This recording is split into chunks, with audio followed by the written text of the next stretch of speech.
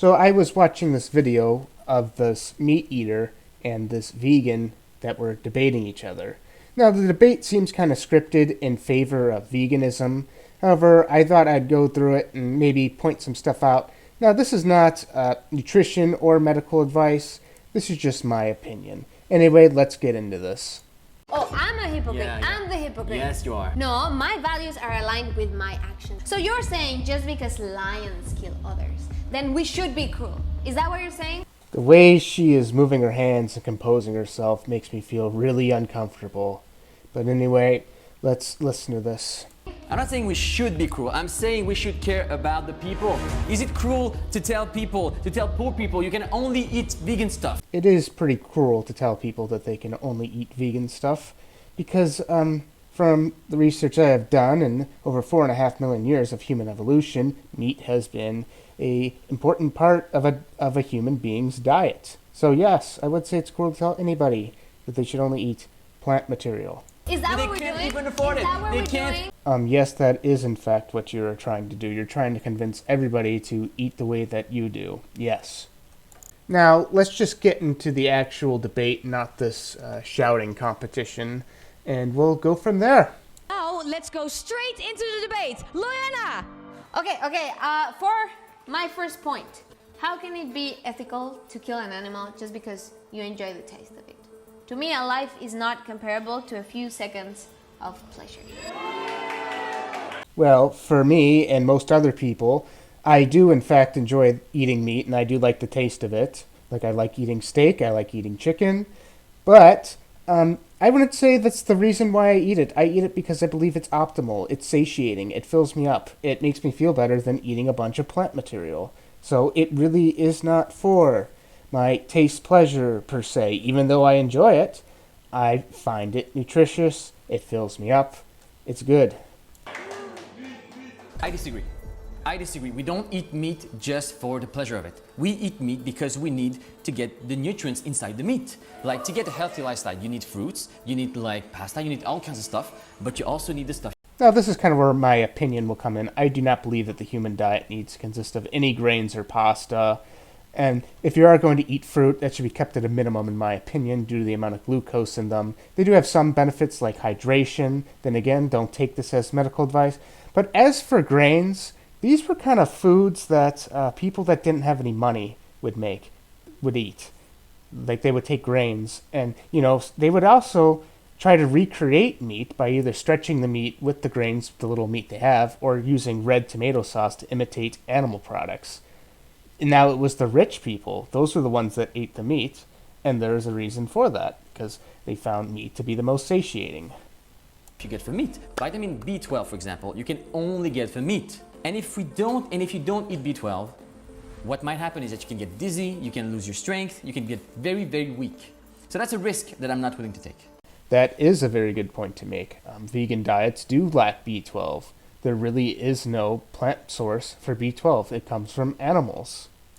And I'm not saying be deficient and don't nurture yourself. But what I'm saying is there's alternatives to everything. So even B12, yes, it's one thing that you cannot get from plants. And it actually doesn't come from meat, it comes from bacteria. That is partially true. Well, you see, the thing of it is, when a cow eats grass, it actually feeds off the bacteria on that grass, which then is transferred into B12. So, partially true, but not completely.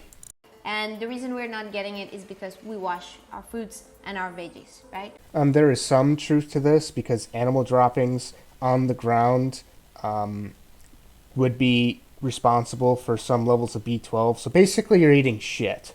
So if you want to do that, that's up to you. But me, I'd rather not.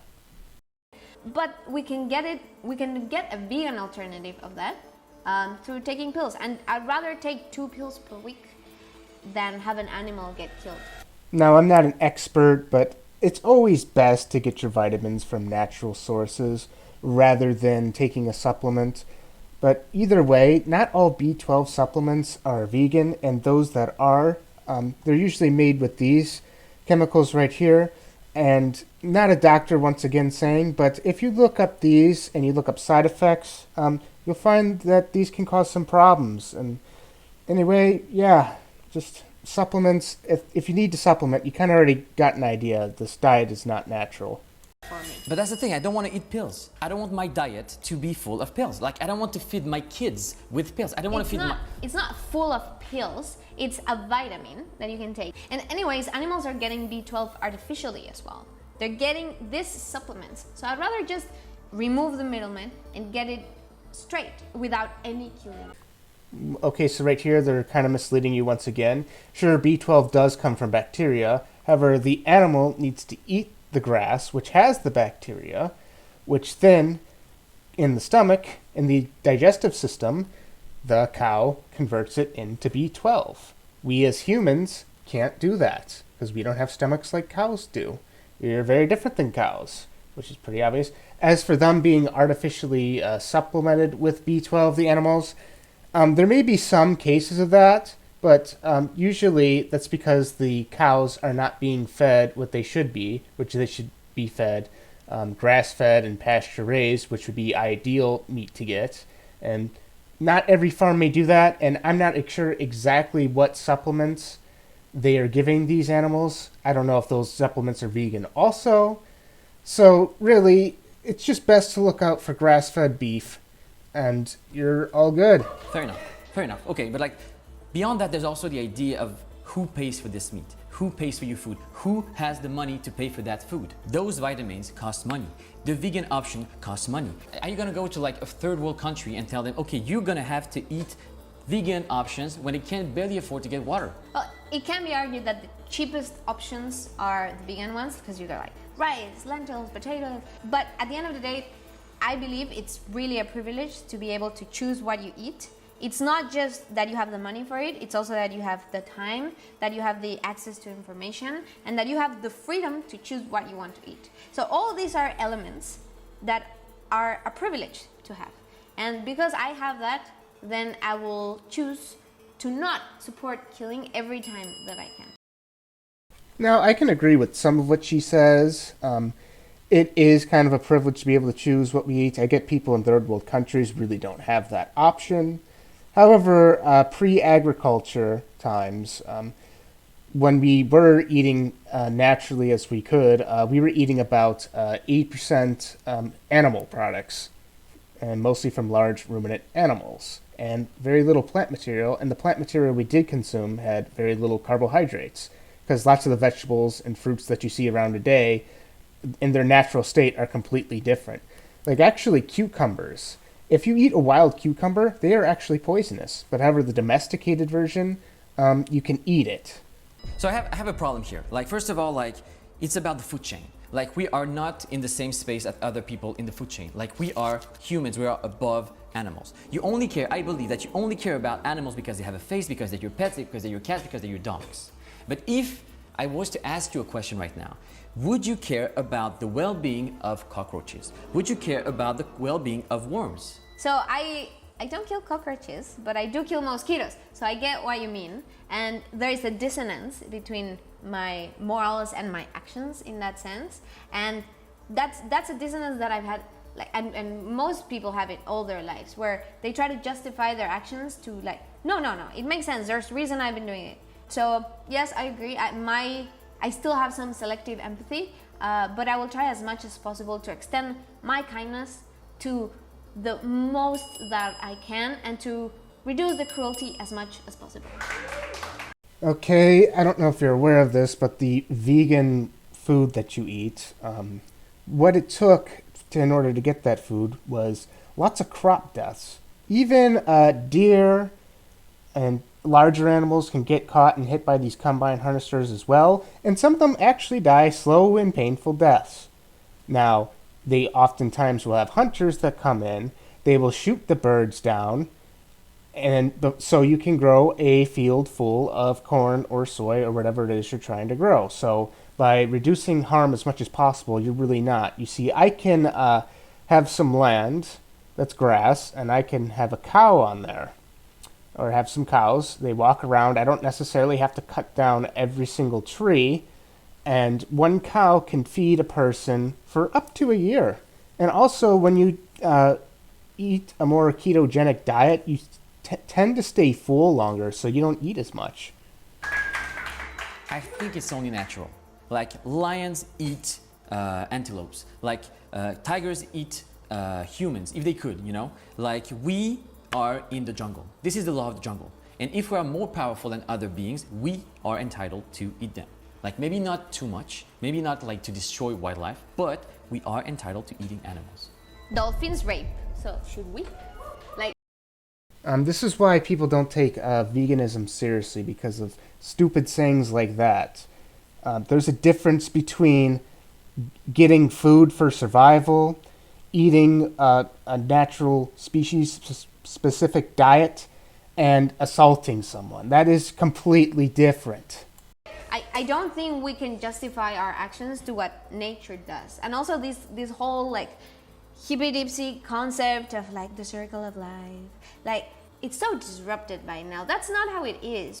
No, that's exactly how it is. We just happen to be at the top of the food chain due to our ability to communicate, form tools, domesticate animals. We just happen to be on the top of it. So yes, circle life still does go on. We like have this big soy crops and that are like deforesting, and then we take that, then we feed the cattle who are caged, and then we like just slit their throats, and then this doesn't feel like this circle. Well, that's your opinion, and I don't know if you've ever been to a farm before, but not all the farms are like the ones you see in documentary propagandas where they go out and they specifically look for the worst of the worst, often in third world countries. You know the film Dominion? It took about 7 years to get all the footage, and there's reports of them purposely telling them to mistreat the animals because it's all propaganda. I understand. It is not a nice sight, you know, like killing chickens, killing like cattle and stuff. But if that's what it takes to feed human beings, if that's the cheapest and easiest way to feed the people who are dying like in third world countries or anywhere like where they don't have access to all kinds of different vegan options, then I think that's the most viable options we have right now. But how can it be the easiest and cheapest if it takes up a lot more land, a lot more resources? No, it doesn't take up more resources. This is a common myth. You see, the thing of it is, when we grow soy, let's say, for cows to eat, sure, we get the soybeans, the part that we can partially digest. All that other 90% of what's left goes to the cows.